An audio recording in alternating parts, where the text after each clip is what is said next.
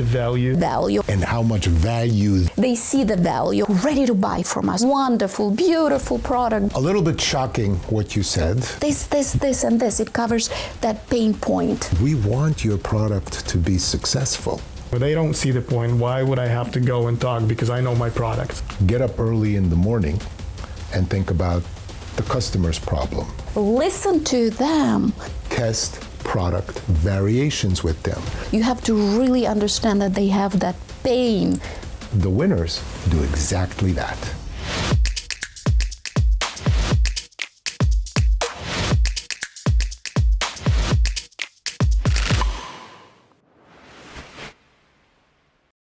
When we start our programs for startups, for students, I love to ask two questions.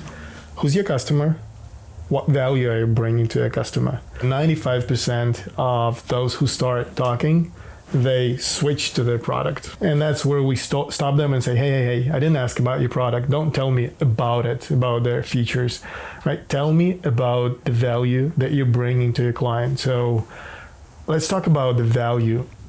That's a little bit shocking what you said about immediately shifting back from customer to back to the product. So a step towards value and a kind of self-examination. Can you tell me about your customer? What do they do? What's their hassle map? What are the big problems that they face? What are the costs that are killing them? Have you talked to any customers? Have you surveyed any customers? What is their reality? And once you can describe their reality for me, what's your value added? Are you solving their biggest problem? Are you solving their smallest problem? Are you solving something that they would say to you, I really don't care about it? The second thing that is a powerful forcing function to just get you out of the lab and out of code writing is to ask the simple question. From the customer's point of view, how much better is your product or your value added today than it was 6 months ago? And people will often say, well, it's hard to measure precisely. Of course it's hard to measure precisely, but it doesn't matter. If the customer says, wow, 6 months ago, today, you're 30 to 50% better, that tells you a lot. If the value that I'm adding to the customer is 5 to 10% better, don't even start the conversation. So unless the value added is 30, 50, 100% greater, it is very, very hard to have that conversation. And earlier, Ivana, you said something very provocative about, the product doesn't matter. In a sense, the product always matters, but in another sense, it doesn't. Because if you know that customer so well, and you find the need that's satisfied by a product that you didn't make, but you could license, why wouldn't you do that? Yeah, there has to be that real problem. And that's why actually, to build on what you said, I love, for example, when founders come from the industry that they build the product, that they have experienced that problem on themselves, and then they found a way to make it better, more efficient. And I also love pitches where, for example, a founder says, the way how we pitch to our clients, we're going to tell you, we're going to create you that much value, or we're going to save you that much. It has to be I love that. I mean, not always possible, but if it's possible to quantify, it's great. And then I love the business models where they say, we're going to save you that much, and we're going to take a percentage of that, because that's easy to sell. So not always founders come from the industry. Again, that's a great, it's a big leg up, when you experience that problem. And then they start with the product and features, right? Right.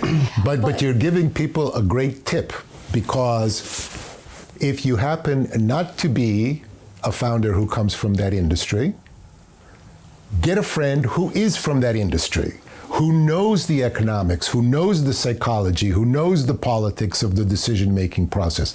Get 2 or 3 people who, if it's retailing or pharma or finance, who know the inside baseball of that industry, because they can give you an education much, much more quickly than you'd get it through pure trial and error. That's fascinating because people who live in an industry know the language, know the economics, know the politics, and they can help you not to be naive. And the other thing that often helps in these pictures, if you give us quotes from your customers, from your clients, or you say, you know, we have clients who are ready to buy from us as soon as the product, and you show us, you know, that you have a list of waiting clients, you know, or they prepaid you already, you know, that's another, even if your product is not ready, because they see the value. Or if you don't have that you show us some information from the client where they really say, we really need it. Yeah. We needed it yesterday and we're willing to pay for it because this, and this. It covers that pain point. Part of the reason this is such a hard question is human nature. Okay, when we wake up in the morning, we think about my product, my team, my people, my organization, etc. People who are excellent at demand generation get up early in the morning and think about the customer's problem, the customer's economic constraints, the customer's costs, the customer's slow cycle, the customer's poor service to their customers. It's like a 180-degree mind shift.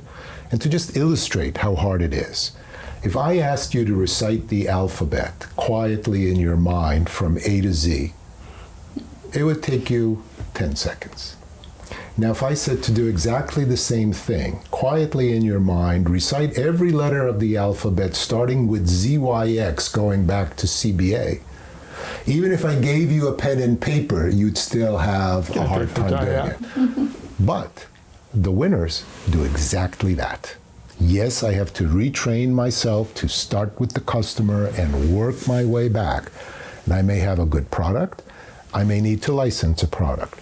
I may have a good product, but it's incomplete, and I need to add a service to it. Or I have a service, but what the customer really needs is not just the service, but an information component. And very often adding that second or third is not that expensive, is not that technically challenging, but you gotta understand their world and how much value they put on it to understand where the commercial opportunity, where the business opportunity lies. How do you do that? How do you do in the business? You have to interview your clients, right? That's part of your job as an entrepreneur. When you write your business plan, you have to really understand your client, your customer base. You have to talk to them. You have to ask the right questions.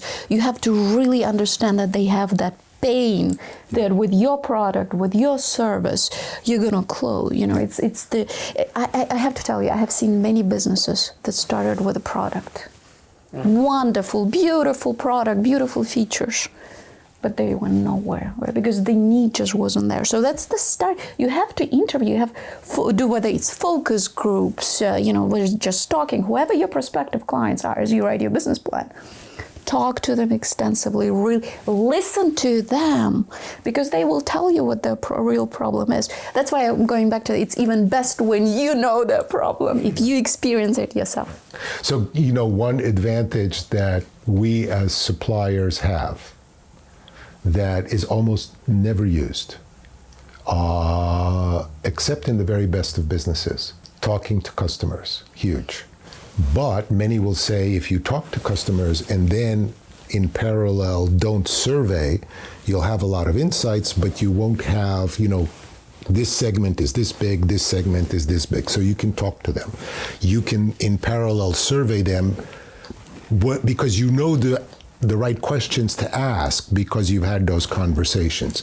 And then third, wherever possible, and it's not always possible, test product variations with them, because the customer will always say, you know, I want this, but when confronted with 3 options and 3 different prices, they'll pick this one, and then you can infer what's important out of them. So we've just described a lot of meaningful analytical work that produces a priceless base of knowledge that, frankly, most companies don't have because they're not set up to do that, that can, again, radically improve your odds, because now all of a sudden you're not thinking about just that product, which I do have to improve, but is there anything I should license?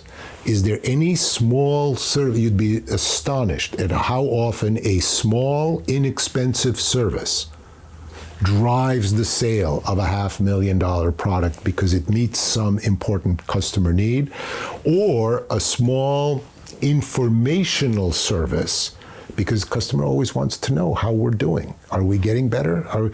So it changes your view from a product to an offer, a value proposition, which might be just the product because it works, or it might be product plus a licensed product plus a service, small or large, plus an informational component that then allows you to be a unique competitor in your industry. And in a lot of ways, we witness that the startup founders, it's not that they don't care about talking to the customer. They don't see the point. Why would I have to go and talk? Because I know my product. I've been in that industry for years. I know how to make it. I know what's best for the customer. And they don't care. Go and try to figure out, so is this something valuable? And again, the value should not be just something that we hear and see a lot. We're best, or we're better, or I hate the word, we're unique.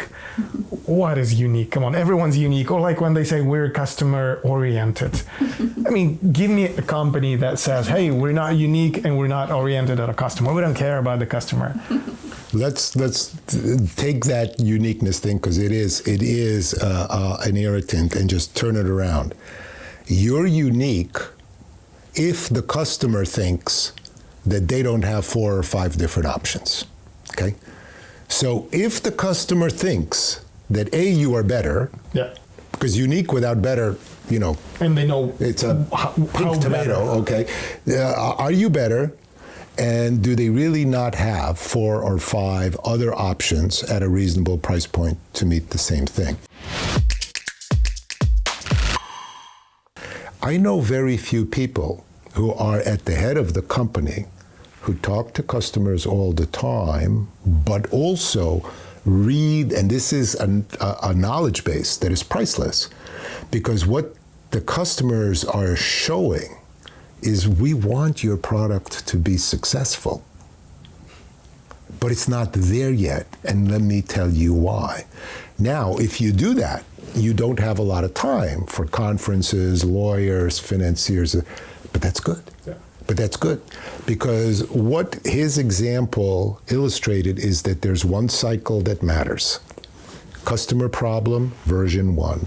Customer feedback, version 2. Customer feedback, version 3. Customer feedback, version 4. And if you want anything that's as close as possible to an assured, path to success, that's it. But the reality is, most people don't have the patience to do it. The second thing that's worth mentioning on this is, because it is a very hard mental shift for any individual to do, is you can build a culture of customer first. There are not that many, which is an opportunity for you. The customer, above all else, is in the genes of the organization, in the fiber of the organization. It is throughout the organization, and it really helps people psychologically, get over it and say, start here, not there. And the second thing is, once you start doing that, how many companies have the customers actively helping them? And once you start having customers wanting to make you better for them, wow, that's an asset that you can take to the bank. So there has to be a customer obsession. And Yep. most of the great, if not all of the great companies, are customer obsessed. Yep. Yep. Customer first. Customer is king. That's the primary value in my company. And there's one marvelous misconception and myth, okay, about Steve Jobs. He convinced people. Steve was a brilliant deceiver. He convinced people that market research doesn't matter, blah, blah, blah. You got to go with your gut. You got to go with your instinct.